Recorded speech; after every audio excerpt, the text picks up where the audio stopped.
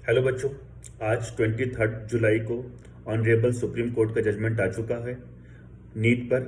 और इसमें ये क्लियर कट बता दिया गया है कि री नीट अब नहीं होगा और री नीट की पॉसिबिलिटीज़ को पूरी तरीके से खारिज कर दिया गया है।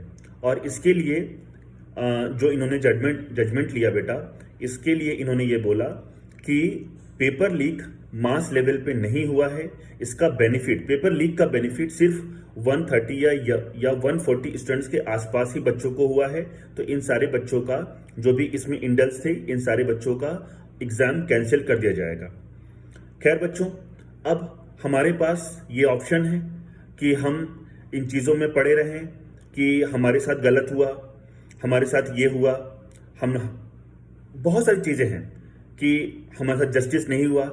इन सब चीज़ों में इन्वॉल्व होने से अच्छा है कि हम अपनी पढ़ाई वापस से स्टार्ट करें।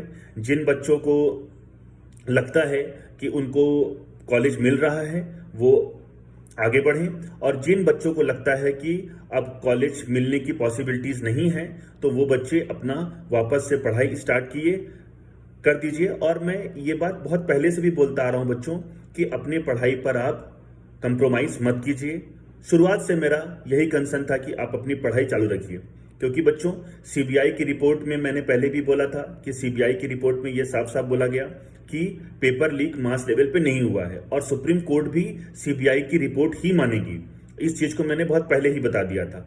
तो इन चीजों में अच्छा है बेटा कि आप इन्वॉल्व ना होके कि जस्टिस हुआ कि नहीं हुआ, आप अपने पढ़ाई पे ध्यान दीजिए।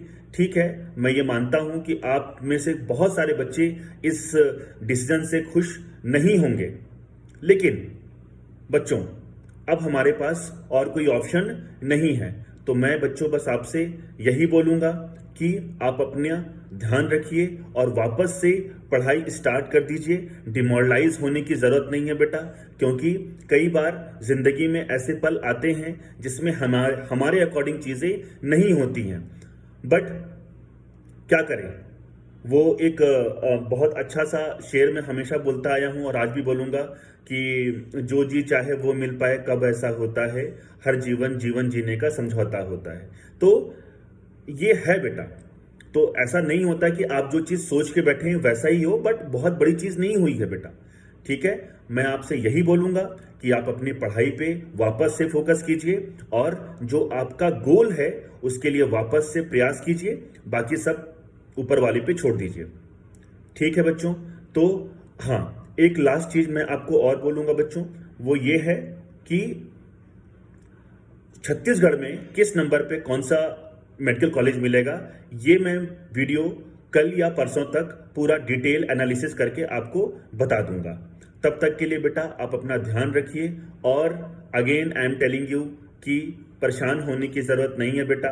ठीक है, आप ख्याल रखिए और अपना पढ़ाई स्टार्ट कर दीजिए अगर आपने अभी तक पढ़ाई स्टार्ट नहीं की है। मुझे उम्मीद है कि आप सबने पढ़ाई स्टार्ट कर दी होगी। तब तक के लिए बच्चों, थैंक यू सो मच।